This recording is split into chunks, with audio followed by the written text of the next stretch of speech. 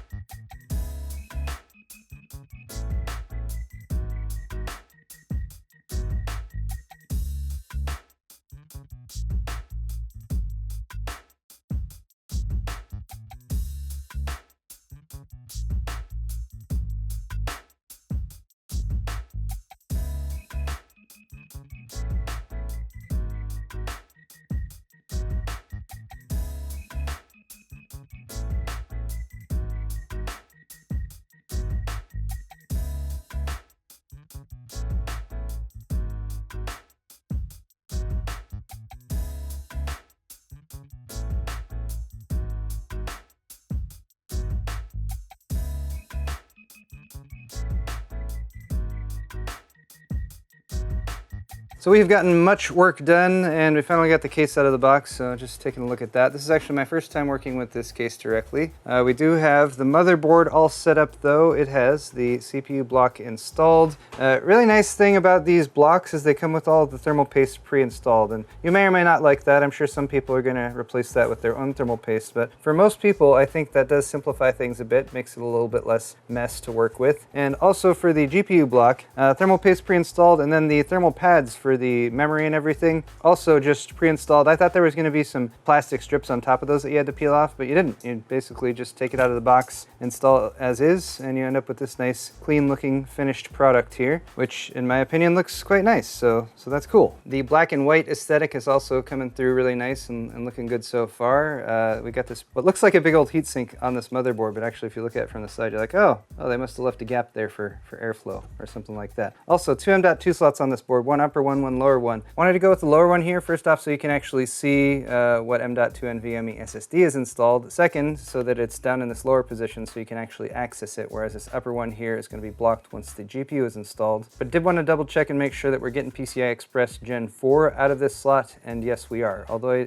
I believe it might be routed through the chipset, and I think the upper one might be the one that's directly connected to the CPU. And of course we've got our memory, our Corsair Vengeance Pro RGB, which also I think is just really nice clean looking memory. So excited to get things installed in the case, although I've just now realized that I did make a little bit of an error in my initial assessment of the parts we're installing here. This case does not support 360mm radiators. So this XR5 360, as you can probably just tell right there, it's a little bit too long for the case, and that's fine. And it's not even my fault entirely. These are the radiators that Corsair sent me with all the rest of the Hydro X parts before this build actually was planned out. So I'm gonna need to get a second 240mm radiator for the top or for the front, one or or the other, so we can do 240 rads in the top and the front. And that does mean that, as predicted, that we are going to have at least a part 2 for this video, but that's fine. I've been fine with that the whole time. What I'm going to try to do to finish things off, just so we can get a test fitting in there and get a better idea of our runs and where everything's going to go, is get our motherboard and all that assembly installed. I'm going to see where our pump and reservoir can go. That's probably going to need to go in the back side of the case. Then I'll also drop in the power supply and the GPU, and then we'll see where we are.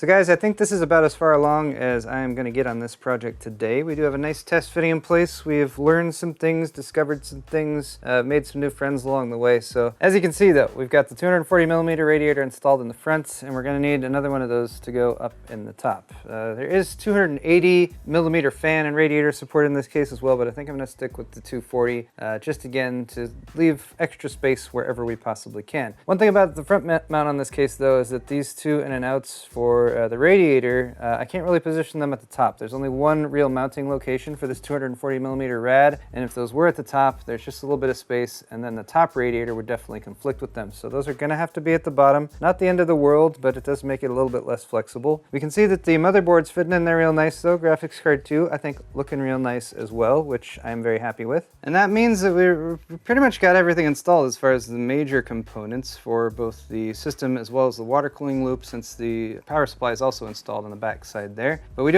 are missing one main thing, and that's this, the little pump res combo. Now to be fair, the 280X case was made before the Hydro X system was put together with Corsair's full custom water cooled lineup, so I wasn't expecting immediate deliberate compatibility. I had kind of hoped that I might be able to fit it in this main chamber, but there's really not enough room here. Potentially if they had a version of this with the shorter reservoir on top, then you might be able to wedge it up there. I was considering possibly trying to mount it to this back piece there and go horizontal like that, but then I think we're going to run into conflicts with the in and outs, whether they're on the top, bottom, or the back, or facing towards the side panel. So I think ultimately we're just going to need to put it in the other side of the case, and that's okay. There's plenty of space here. It is one of those sort of wider cases rather than taller cases, and again, we've got extra room down here because of the SFX power supply. It's a much shorter that way. Also, the fully modular cables is going to help us out, and we do have this cage up at the top for 2.5-inch drives, but with that removed, I think there will be, well, I don't want to say plenty of room back here, but definitely a lot more room to mount this either here or further back, or maybe up here, somewhere along there. There's plenty of options, and then we're going to need to worry about routing the tubes either down through this gap here or through these grommeted holes, which fortunately are pretty sizable, so can use this one, but we can't use these because they're blocked by the back of the motherboard. I think the last thing I was considering was the fan placement in the system, and again, I have 6 of those fans. I think I'm going to do 2 in the front, 2 in the top, and then I'll do 2 down in the bottom here to have an intake as well, just to make sure there's